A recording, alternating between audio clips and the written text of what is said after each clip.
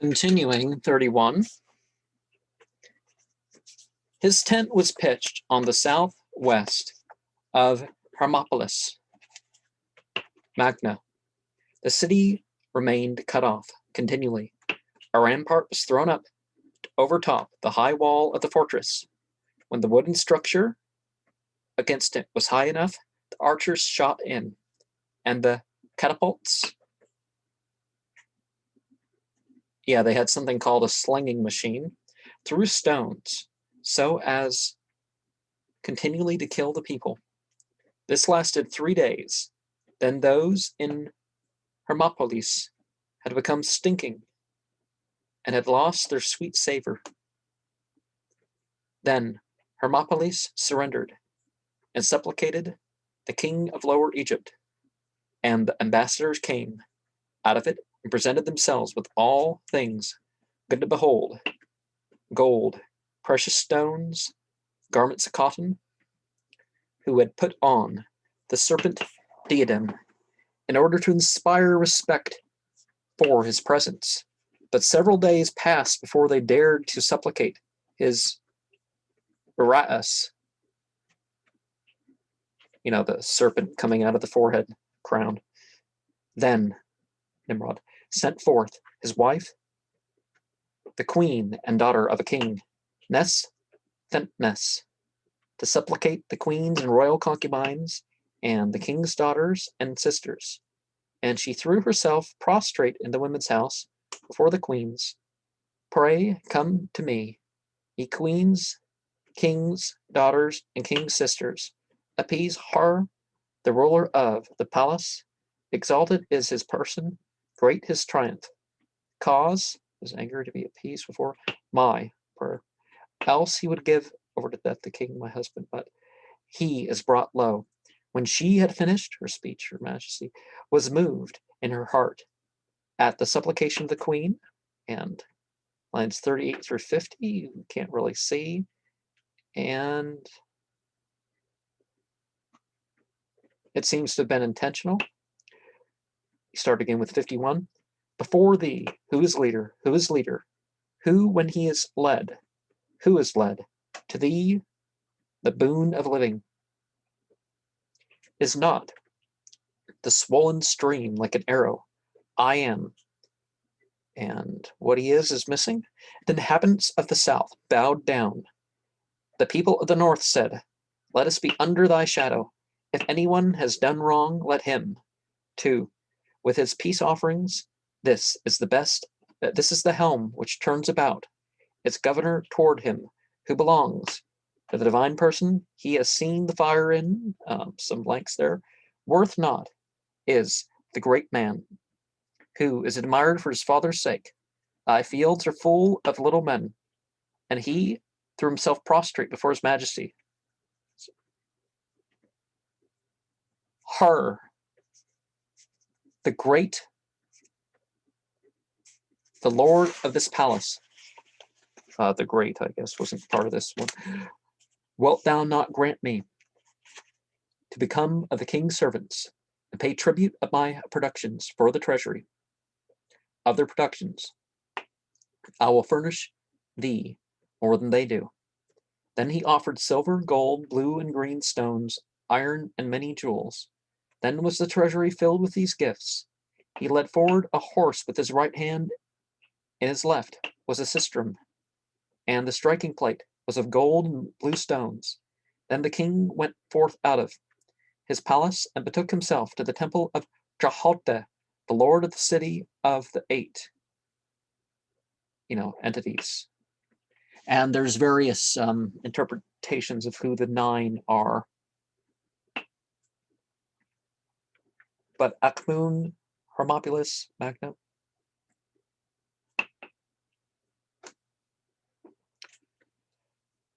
He sacrificed oxen, calves, and birds to his father Jehote, the lord of the city of the 8, and to the 8 entities in the temple of the 8 entities. And the people of Hermopolis played a hymn, and they sang, Beautiful is Har who abides in his city, the son of the sun, Pianxi. Thou makest festival for us, as if thou wert the tutelar lord of the nome of Hermopolis. I don't know what tone they would have done that in, but Har kind of is like the the Horus is kind of like the personality of divinity, name or personage, or however you're gonna term that according to your mythology, right? When the king had entered into the house of King Nimrod, he visited the chambers of the king, his treasury and storerooms, and he was content. Then came to him the king's wives and the king's daughters, and they praised his majesty after the manner of women. But his majesty did not turn his countenance upon them. When his majesty visited the stables and the studs of the fowls, he observed that they had let them starve. He said, I swear, as surely as the youthful sun entity Ra loves me, as surely as I breathe in life, it is a viler thing to my heart to let the horses starve than all the other faults that thou hast committed, that thou hast laid thy heart bare through this. Evidence is furnished me of thy habitual views. Hast thou forgotten that the shadow of God rests upon me? The proof thereof shall not be wanting to him on my part. Would that another had done such a thing to me, an ignorant man, not a haughty one, as he is. I was born out of my mother's womb, and created out of the egg of a divine essence. I was begotten by an entity. By his name I will not forget him in what he's commanded me to do, that he ordered his possessions to be assigned to the treasury, and his granaries to the property of the entity given up apt. When the prince of Heracleopolis Magna, Pef taught Bast, had come with his presents to the great house of what they considered to be godlike, one Pianxe, with gold, silver, fine precious stones, horses from the best of the stable, and he threw himself prostrate before his majesty and spake thus, Hail to thee, Har, mighty king! Hail, thou that wardest off the bulls! The abyss has swallowed me up. I am sunk in darkness. Give me light, form my countenance. I've not found a friend in the day of adversity, nor one that would stand in the day of the battle save thee, O king. Chase away the darkness from before my face. I will be a servant, together with my subjects of Heracleopolis Magna, who will pay tribute to thy house, for thou art like the entity Horimiku, the prince of the planets. Are they referring to Mercury, or what are they referring to? A lot of people would say Venus, but he is what thou art as king. He does not pass away. Thou dost not pass away, O king of Upper and Lower Egypt, Pianxi, the ever living. I think he's talking about Jupiter, though. When his majesty had sailed downward to the point of the lake region, the Fayoum, to the place of the sluice of the canal, he came to the city of Pa Saxum Xpera, the capital of Uasarken I, whose walls were high and its citadels close shut, filled with the best troops of the land of Lower Egypt. Then he sent a summons to it, saying, To live in dying is dreadful. Thy life shall be from death. If are at once opened. If you do not open to me, you are counted in the number of my fallen foes. It is an affront to a king to shut him out before the gates. Your life will be good for the high court of justice. Good will be this day from him who loves death to him who hates life. in the face of the whole land. Then they sent an embassy to his majesty to address him thus: "The shadow of God rest upon thee, thou son of what we consider to be a goddess." Note, he lends thee his hand. What thy heart wishes, that forthwith happens. As the word is uttered from the mouth of God, so it comes to pass. Thou art born of God to behold us in thy hand. Safe is the city which is thine, and the possessions in its houses. Then they threw open all that was shut. Whoever would go in went in, and whoever would come out came out. His majesty did as it pleased him. Then they came out with the son of the prince Tefnext. When the warriors of his majesty had entered, they did not kill one of the inhabitants. They found the people on the prince busy with the officers of the court in putting seals on his property. But his treasuries were assigned to the king's treasury, and his granaries to the property of his father, the Theban Yemen Ra. When his majesty had sailed down the river, he reached the city of Mere Demu, Maidum, the city of Sekar, the Lord of Enlightenment. It was shut and not to be entered, for their intention was to fight, and gathered.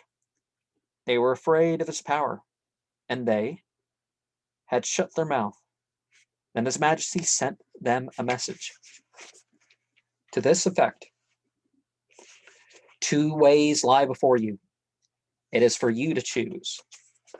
The whole thing kind of plays out like some sort of initiation, doesn't it?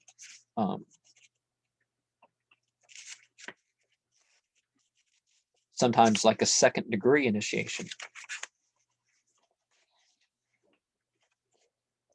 "Decide to open, then you shall live. To shut, then you are doomed to death. My majesty does not pass by any shut-up city."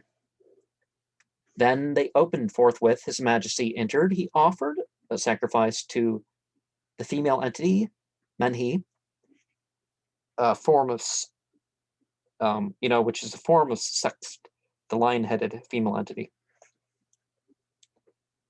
The author of Enlightenment.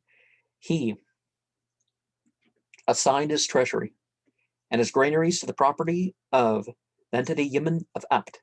When his majesty had sailed down the river of the city of The Taoe, on the borders of Upper and Lower Egypt, he found the fortress shut and the walls full of warriors of Lower Egypt.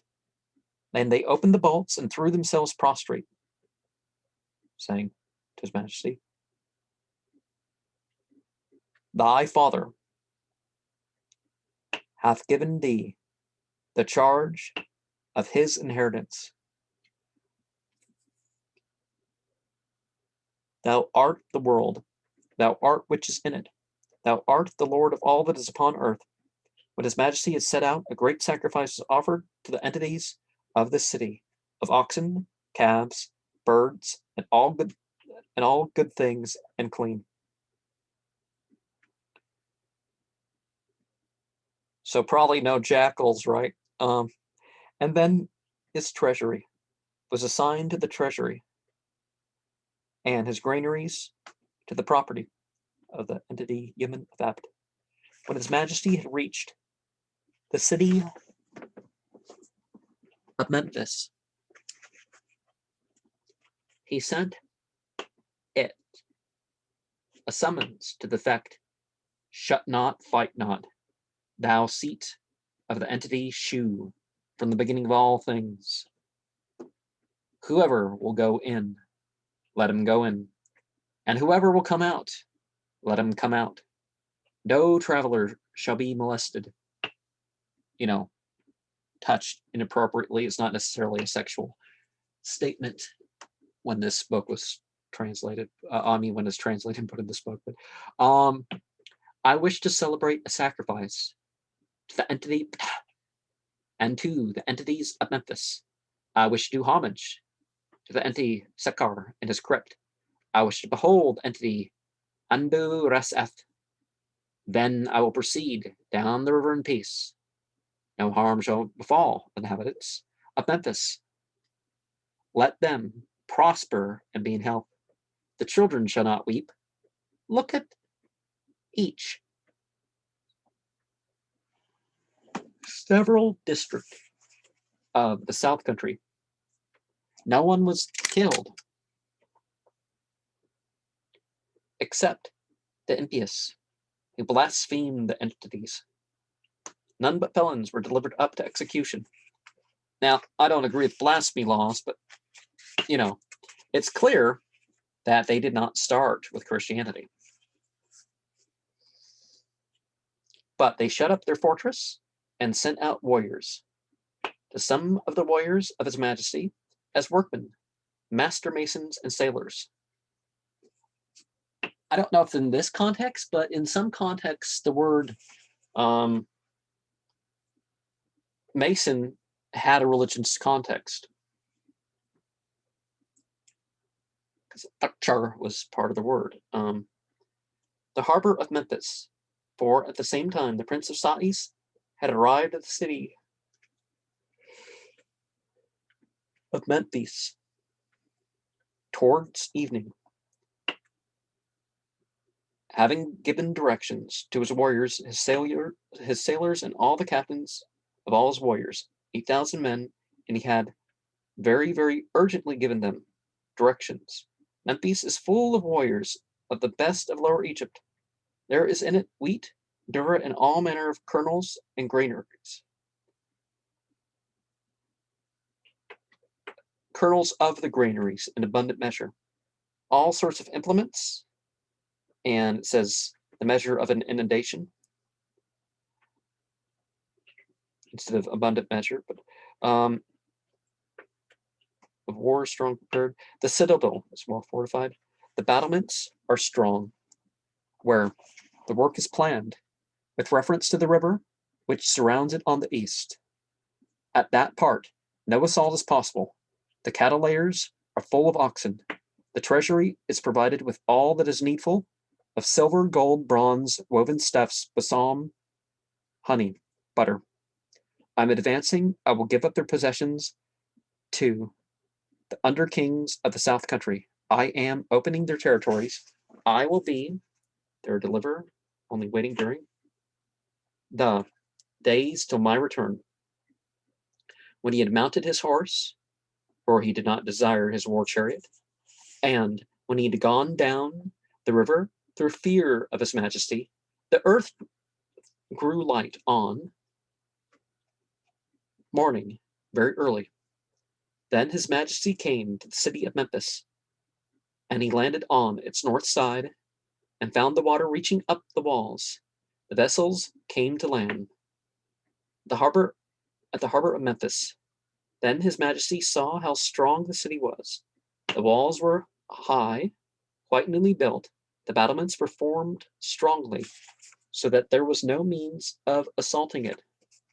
Among the warriors of His Majesty, everyone spoke in conversation of all possible modes of attack, and everyone said, "Come now, let us blockade."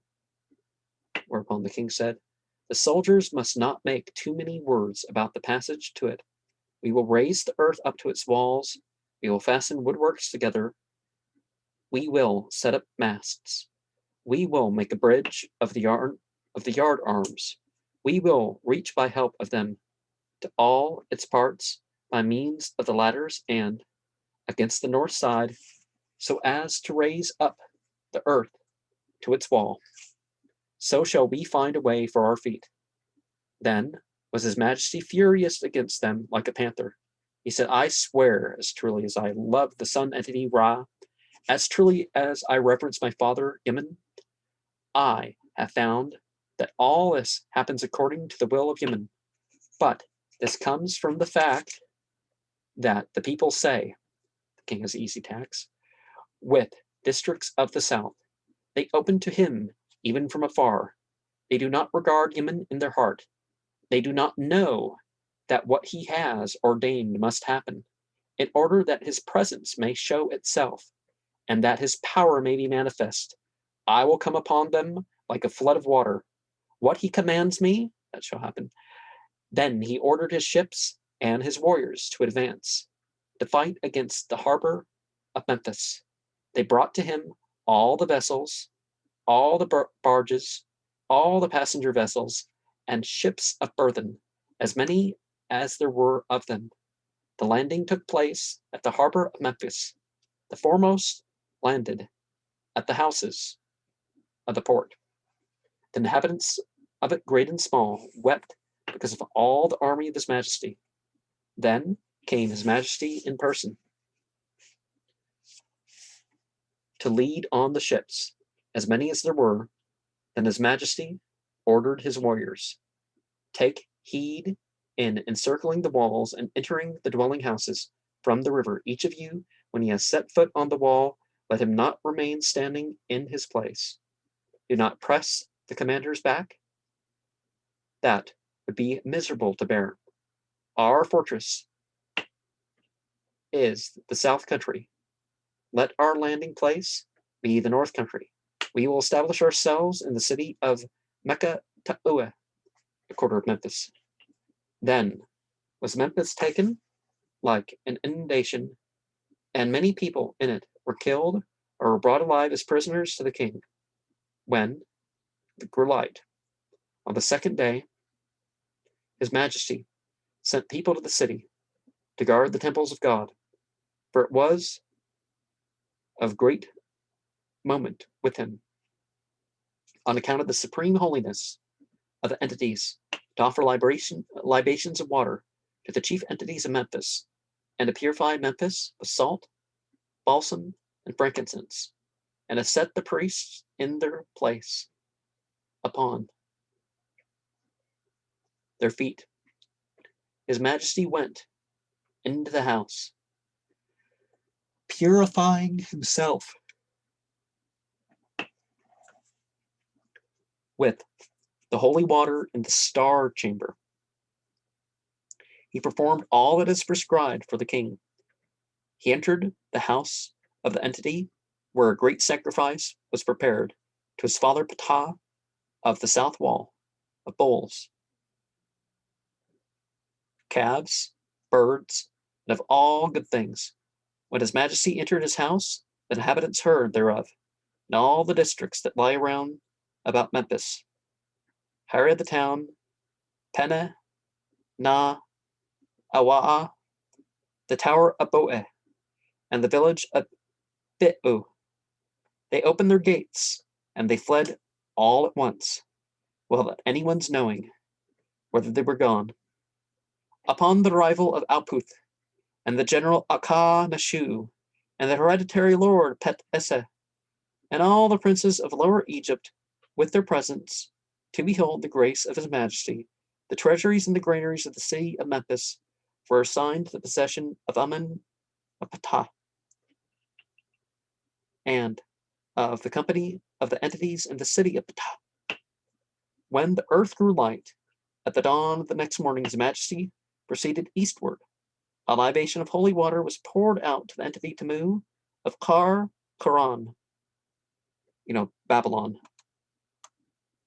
Ka Dingarah is one of the names of Babylon, I think. And the host of entities in the temple of Pa'ut, a grotto. To the entities there, bulls, calves, and birds, in order that they might grant life, prosperity, and health to the kings of Upper and Lower Egypt, Pianxi, the ever-living. His majesty proceeded on over the hill of Babylon, along the road of the entity Sep to Babylon.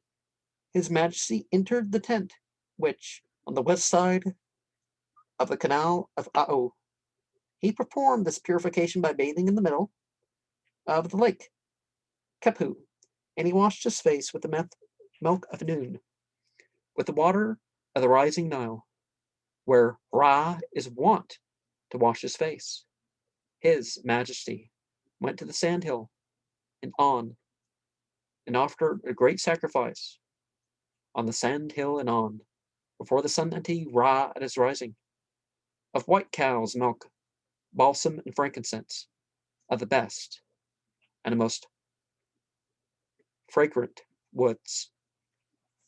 And which is the best incense is sort of a difference of opinion. Some say it's the most expensive, but we will continue 103 in the next program. Sharma, peace be upon you.